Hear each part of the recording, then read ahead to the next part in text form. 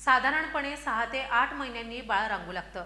पण कोल्हापूर जिल्ह्यातील सैनिक टाकळी गावातील शंभूराजे पाटील यांच्या कुटुंबातील अवघ्या 2 महिन्यांचं बाळ रांगायला लागल्यानं गावकऱ्यांमध्ये आश्चर्याचं वातावरण पसरलंय। डॉक्टर सुद्धा या घटनेनं अचंबित झालेत। कोल्हापूर जवळील सैनिक टाकळी इथल्या शंभूराजे पाटील कुटुंबात ही अनोखी घटना घडली आहे। अवघ्या 2 महिन्यांचं बाळ जमिनीवर ठेवल्यावर रांगू लागले।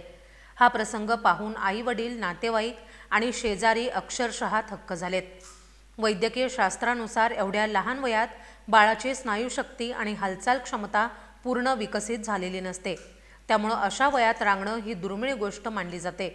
डॉक्टरांच्या मते हे बाळ नैसर्गिकरित्या अधिक सक्षम दिसत असलं तरी त्याची अजून वैद्यकीय तपासणी केली जाणार आहे। दरम्यान गावकऱ्यांमध्ये या घटनेबद्दल प्रचंड उत्सुकता असून अनेक जण बाळाला पाहण्यासाठी घराकडे धाव घेत आहेत। साधारण विकासापेक्षा वेगळ्या पद्धतीनं वाढणाऱ्या या बाळाची घटना सध्या चर्चेचा विषय ठरली आहे। वैद्यकीय तज्ज्ञांचा अहवाल आल्यानंतर यामागील नेमकं कारण स्पष्ट होईल।